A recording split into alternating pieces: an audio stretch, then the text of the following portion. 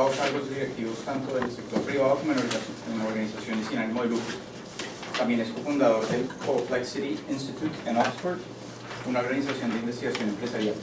Actualmente lidera la actividad empresarial para el MBA y el Masters en programas de gestión en la Escuela de Negocios de la Universidad Europea de Regents en Londres. Su experiencia como académico en el mundo de los negocios brinda a Equity State una sólida comprensión de las últimas tendencias de análisis empresariales. Él es Senior Fellow de la Academia de Educación Superior del Reino Unido y Fellow de 3EP, European Entrepreneurship Educators. Él tiene un Bachelor of Arts en la Universidad de Bournemouth y un Master in Management Science and Operations Research de la Universidad de Warwick. Ed, many thanks for all your efforts. You've been a key person in the whole setup of this event, so thank you very much for having us. Thank you. Thanks very much. Thank you. And thanks to everyone for coming to. Welcome to Regents University, by the way.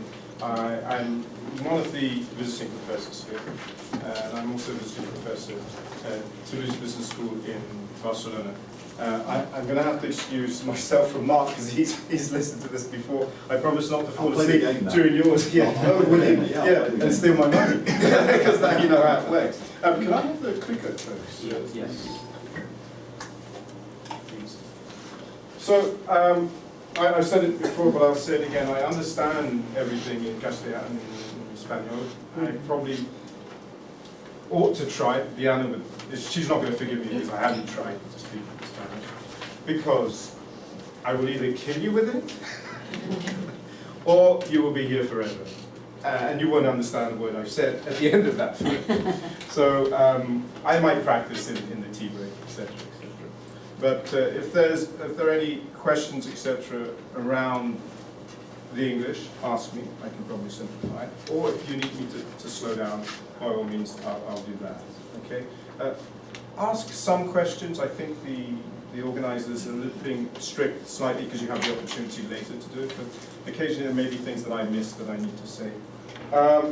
What I was asked to do was to talk a little bit about this thing, the business plan, when you're starting up your company. And Mark and I had a little word before thinking, oh my God, you know, we're going to steal each other's thunder, you know, and then repeat the same things. And thankfully, that isn't the case. So Mark's is fascinating to me, and I'm sure to be to you. What I've tried to do, and it is to actually, rather than say this is what a business plan should have, from the entrepreneur's point of view, the startup point of view, what I want to do is give you a sense of what investors are expecting when they're listening to people who approach us for investment. And just very quickly to qualify, investment doesn't always mean money first. And I think one of the lessons is to, when you're thinking about your investment requirements, go beyond that. You know, who are the people I need? Who are the suppliers I can need that I can strike something with where they might help me, etc. So just be careful of the business plan. And that's why I've said, for me, the business plan is dead in many ways, unless I think you pay attention to what investors want from it. Now, I don't consider banks to be investors. Banks ask for the business plan, and they ask for business plans from years ago. You know? And I think bankers, any bankers in the room? Any bankers in the room? Oh, damn, I wanted to. I was, for the first 5 years of my career life, I was an investment banker, okay? And I left it, so I have grudges against bankers for good reason. But what they tend to expect is very different from what, for example, we as business angel investors would expect. Okay? So some of the things are, you don't need a plan to start your business. Okay? Start your business. How many people have started their businesses? Okay, a few of them in the last room. Okay, and of those, how many have got a business plan? Well, that's. Hold on. 4 people put their hands up to say we've started a business, and no, of those people who have started their businesses, how many have got a business plan? Oh, you're very good. Why have you put a business plan together? No, I'm joking. But you don't need a business plan. Don't hold your business plan. Sorry, but I need to do it because Westfield Because? I was doing a business with Westfield Shopping Center. Westfield Shopping Centre, and they They asked asked me for for that. Yeah, And okay. I missed a very good opportunity maybe because I didn't have the whole, they have half of the business plan, but not the end. Listen, if people who don't want to do business with you because you don't have a business plan, you might not want to do business with them in the long term, to be quite frank. If you're a startup, okay, if you're a startup, if you're an established firm, that's slightly different. Okay? But my take is, if you're going to get dogmatic, if you're going to close conversations because a person doesn't have a business plan, well, I'm not sure I want to do business with you, quite frankly. Okay? Why? Because if you look at the other side, what you would like in a business plan is a notion of reality and a notion of a document that allows me, the investor, to have and to open conversations with you. Yeah? And if, for example, the guys, I don't know who it was in Westfield, okay, were saying, you don't have a business plan, therefore we can't be in business, I have a question mark. If, on the other hand, they were saying, your business plan would allow us to hold conversations about the terms, conditions, what our assumptions are, then fine. Okay? So I tell my students straight up. In fact, over here, I didn't want a business plan module. Most business schools, if you're doing entrepreneurship, business plan. It dominates the curriculum. Okay? And it should be an option. And it should be an option based on need. Okay? But don't wait to start your business because wait for your business plan to start your business. Okay? What an investor's seeking, people like me, and not just folks like me, Raj, the gentleman you heard from earlier, is an even bigger investor than I am. I'm an angel. I mean, he's pretty significant. He's lobbying Parliament because of his investment capability. I don't lobby anyone. But I'm trying to find out, or we're trying to find out, your sense of risk for us, but as well to get to know you and whether you realize your sense of risk. Okay? That's very important. Frugality. What does frugality mean? We're interested in folks who can demonstrate that they have been frugal. Anyone? Frugality. I'm sorry? Living within your means, being very cautious. You know? Not cutting corners in order to be cautious, but not having splashed the cash, as we say. You want investment, financial investment, for example. What are you going to do with it? And when you tell me what you're going to do with it, how have you been prudent? How have you been cautious? How have you not said, my marketing campaign, my market research is going to cost this much? Demonstrate to me that you can not find out the information you need by speaking to your customers, that's the day-to-day. You can't find that information. You need to pay for market research agency report. Demonstrate that to me. I want to see that you've been frugal. Okay? And that's important in a business plan. Contingencies is the ability to, the way I explain it is to, you have plan A, people talk a lot about plan B. Today we're saying you have plan A. Do you know what your plan yellow is? If, for example, something happens. So have you thought that through? And does your business plan demonstrate your ability to move?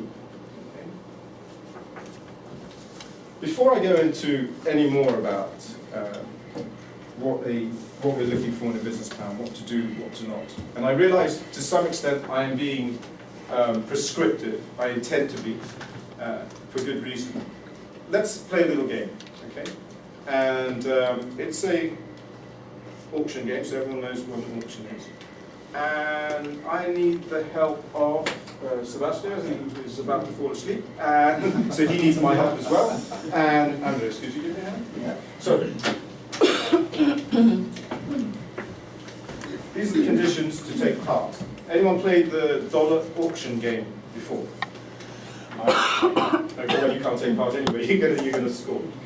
Anyone else? If you have played this before, please step out. Don't take part in it, because it will ruin it for others. All right? So those are some of the conditions. Sebastian's going to be the policeman. Okay, and I'll describe those roles. Well, essentially, if you cheat, he will disqualify you, and he will fine you, and you will have to pay me money. Well, we'll pay Sebastian money. I remember that was a nice little thing from last time. It keeps him awake as well. He goes, oh, got a chance of winning some money. All right. So, we're okay? Everyone qualifying? You're not obliged to play this. The rules are coming up on the next slide. You do not have to take part. Okay. The way you will auction, I've had to make up a few more. The way you will auction, the way you will bid for the auction is to just hold up your auction card as quickly as possible. I think we now have only 20 of these going around. I don't know how many people there are in the room. So folks at the back, console, I'm afraid have you played it before? Do you want to try? No? Why? Because I'm scared of losing money? All they need is just to wave. Yeah, at the point I bang my hand. I'll explain that in a second. What I need from you is, here's the bid, the starting bid will be a pound, okay, and then we'll be going up to the report card, etc. And then what I will need from you is just the name, and the name of the person is, do you want to pass it around? Are you going to play? You'll see the rules and then decide. Okay. For example, Andres, we have, no, it's in red, white, whatever color you want, but you probably want it on red. Oh, I see. Right. Okay. All yours.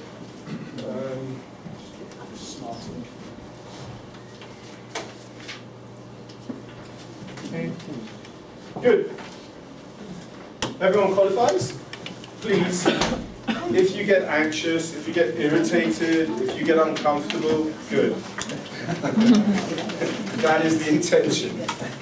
It's not accidental. Okay? You may not speak to anyone, and you may not ask me questions. If I feel like it, I might choose to elaborate on some things, but usually I don't. I'm terribly sadistic, and I love to see people go, no, so, yeah. The rules? Yeah, sorry, I think we should do it again this whole time. That we move the Okay. that piece, I think. Cool. Okay. Oh God, that little thing can't be moved? Yeah. I mean, I'll move that in. Okay, perfect, thanks. So these are the rules. Okay. I've said already, no time for questions. You may not speak to others. If you speak to others, the policeman will fine you and he will get himself a beer out of it. Opening bid, £1. To place a bid, what are you bidding for? What are you bidding for? Where's mine? You're bidding for my £10. Okay. So those who want a chance to win my 10, it's legal. 10. It's not okay. You're bidding for this, right? So you're bidding £1, you're bidding £2, whatever it is. The winning bid is the first cut up in the air according to the record keeper and the policeman, woman. So what they will be looking out for, who puts their bid up first, okay? And that person will be the winning bidder for those particular rounds. Okay, are we? Sorry. I apologise if there aren't enough cards to go around and if you want to play. Having read the rules, is there anyone who does not want to take part? You're not obliged to take part. You're not obliged to take part. Okay. Nice. So, are we ready? But have you gone through all of them? Have you mentioned Are you rule number speaking? 5? Okay. We are finding him. He's already been fined £5. People learn the hard way in entrepreneurship somehow. You know, when they say failure, that's failure. Okay. Folks, okay? You don't have to play. If you're confused, frustrated, upset with yourself, not with me, you're not obliged. If you're confused, frustrated, upset with yourself and want to play, you're the sort of person that I like. All right? Good. So let's go. The blanking was. I'll pop that up. Thanks. I'll pop it again in a minute. But we're ready, right? So the way it works is I go 3, 2, 1. When I bang my hand down, your cards go up. Andres, with his fast eyes, will pick up the winner. Okay. Good. Okay. There we go. For £1, the opening bid is £1. Yes. £1, your pound, for my £10. We ready? 3, 2, 1. That was fast. People were popping up before I put my hand down. Yeah. Should we try it again? Folks, you will be disqualified if you put your hand up before I put my hand down. Okay, your £1 for my 10. 3, 2, 1. Where are you looking? I think you got come here. You can't look back and go. Oh, yeah, No, I think yeah, green yeah. on the You might umbrella say that? again. Okay, this thing? Okay, so what you want to do is put. Which one of these? No, I thought the girl by the wall. Okay, so you want to just write green RP. Okay. So we need to keep a red word. So for £1. Yeah. Okay. Okay. We're in an auction. You ready on this? That was the pound. You put it next to the £2 per thing. All right, sorry, yeah, Don't I worry, see. we'll try to keep track. Very good. Ready? My 10 for your 2. My 10 for your 2. This lady is bid 1. 3, 2, 1. Sorry, the girl in white. Folks at the back, can he see you? Can you see them? Yeah. Okay. I think so. RP Black. Right. Okay, I'm going to speed it up a bit. So when I wanted £3, £3, £3, your £3 and my £10. 3, 2, 1. I think they're reacting a little slower at this end. I think it was the green, the girl in green. The green. Yeah. She's keen. quite keen on that. She likes my £10. Okay. Right. We're on the £4. 3, 2, 1. No, sorry, I was writing. We got the green for the 3 already, yeah? That was 3. What time have I got to? We have 10 minutes left. 10 minutes? Okay, let's go. Andres, you've got to help me. Look at it. Yeah. 3, 2, 1, £4. Girl in blue. Oh, sorry, can you show me the, okay, right. For £5, 3, 2, 1. Girl in white over there by the window. What, can you show me the VIP? Yeah, with the, could you just keep your cards up so you can. Where are we at? Andres, £6. Your £6 for my £10. I am now. I'm now in money.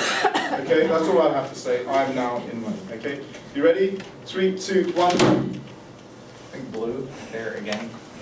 The red pound. So we're in 6. Okay.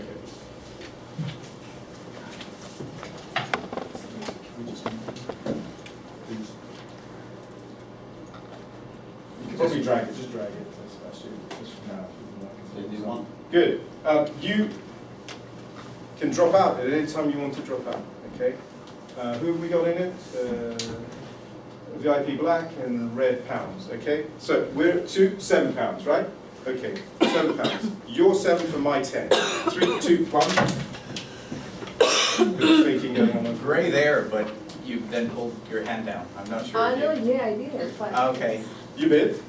Yeah. Okay. Okay, sorry. We should agree. VIP black. VIP blue. How many people are still in? Just show me your hands if you're still going to bid. No? Oh, yeah, well, okay, well, that's 8, we're to 8. 8, 3, 2, 1. There's 1, 2, 3, 4 still in. I think red RP.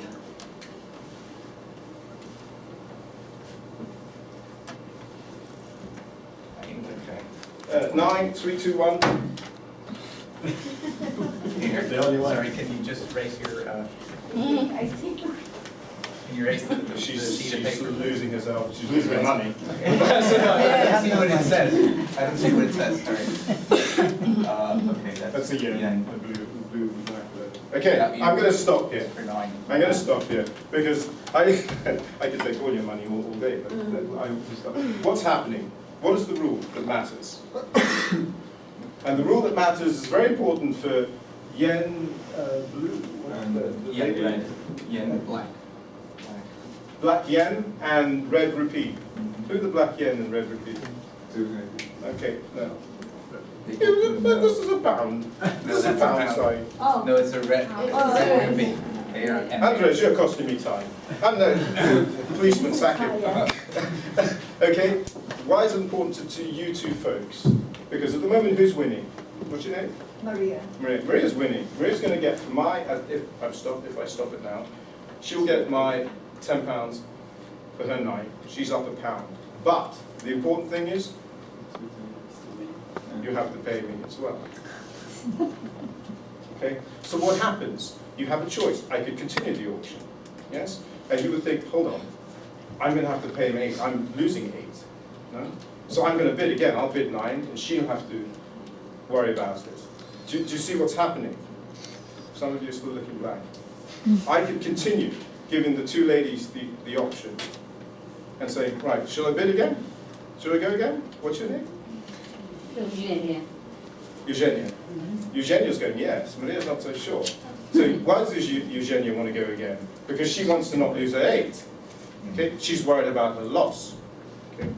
On the other hand, Maria's okay. She's going to win £1, but she's not going to win the 10 she started off bidding for initially, or the 9. The point I want to make is there is a switch. I've done it many times, but I've done it mainly with people who can afford to throw their money at me, and then we buy rounds of drinks.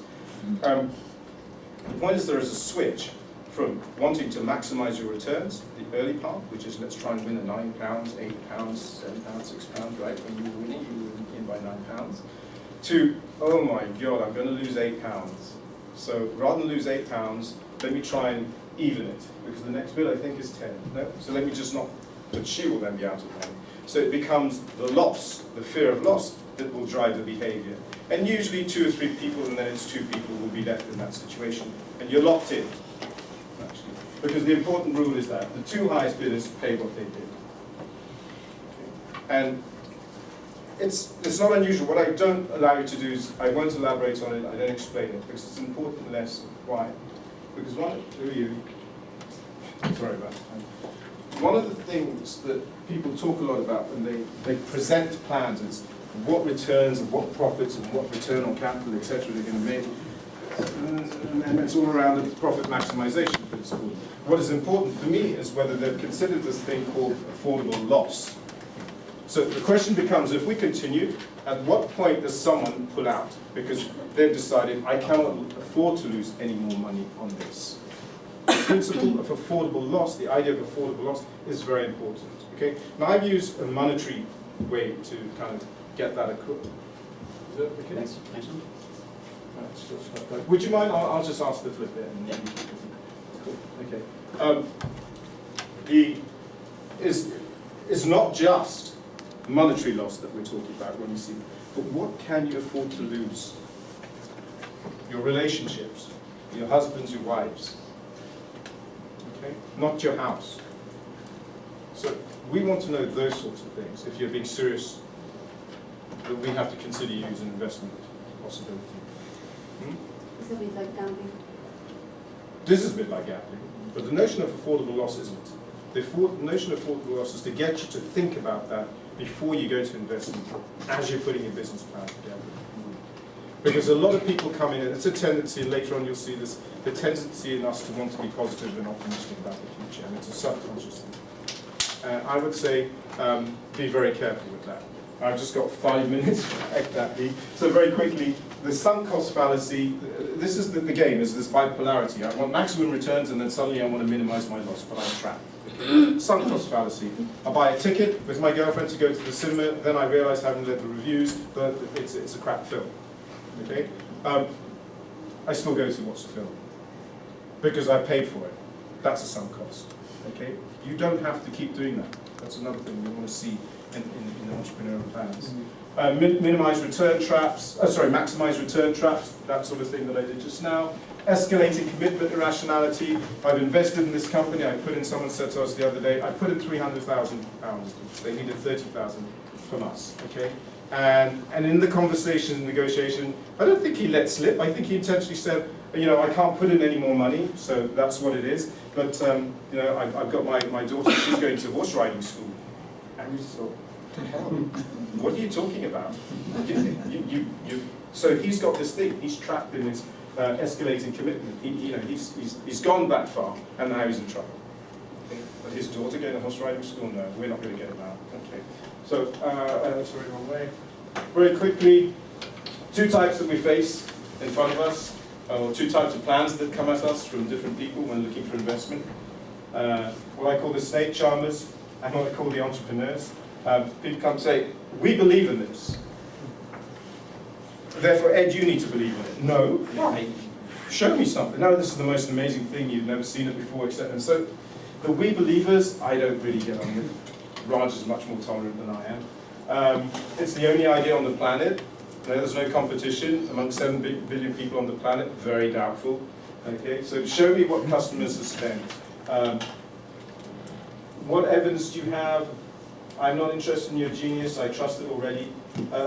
And what is there? The customer's willingness to switch their current dollar spend to your product, idea, service, whatever it is.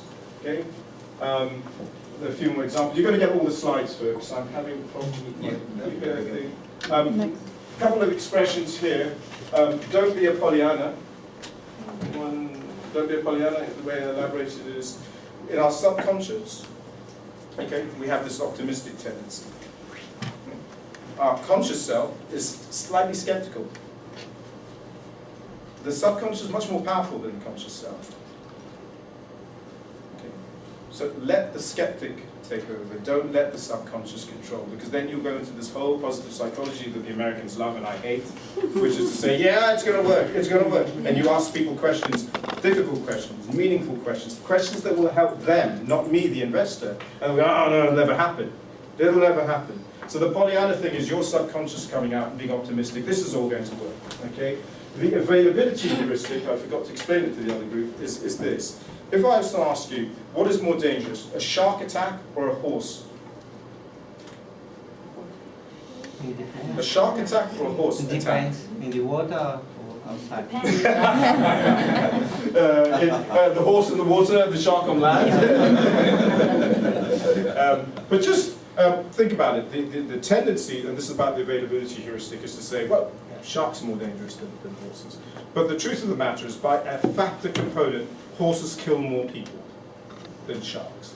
Okay? Oh, by a factor, I think it's by a factor of 100. So, by a factor of 100. Or thereabouts. That link will take you to the numbers. Okay? And it's the tendency for us to, the availability of the consequence of an event. We concentrate on that. So for example, market research. Mark's going to talk a little bit about market research. But I'll say to you, can you go back and do some more market research? Can you go and speak to your customers and come back with what they've said to you, have a conversation with them? People are scared of doing that for some bizarre reason. They'd rather go and say, no, we're going to do a survey. Why? Because a customer who you speak to might say, this is a load of rubbish. So in our minds, the tendency, that fear is a tendency, it's a consequence, or an imagined consequence, is immediate. That's available. Okay? So we have this tendency to say, well, I don't want to speak, I'll do a survey. And you end up finding surveys that are terrible. So we insist, bring a customer and sit down with us and show them to us. So this is the risk of the availability heuristic, okay, in people we speak to. Give me something, show me the product, and show me that someone who said, yeah, maybe we'll buy it. Or we won't buy it because. That's really interesting as well for an investor. Yeah? Okay, I've got to finish first. But one last lesson,